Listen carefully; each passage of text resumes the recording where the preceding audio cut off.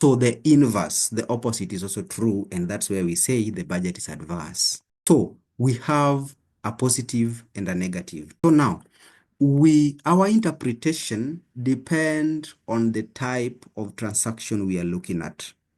Our first interpretation of comparing the final against the actual now applies on the receipts part, where we are giving the connotation of adverse and favorable.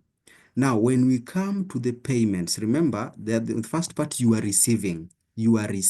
But in this other payments part, now we should be doing the reverse. If the actual payment, for example, on defense was 800, but then in the final budget, it was 720. It was 720.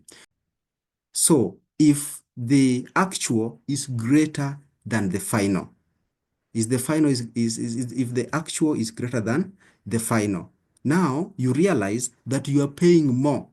You are paying more than what was in the budget. So actually, the variance should be a negative variance because you are paying more than what you budgeted in your final budget, what you had in your final budget. Now we say, if you pay more than what you budgeted, it will be an adverse. So when you save 40 billion, that is a favorable variance. So we give it a connotation of favorable.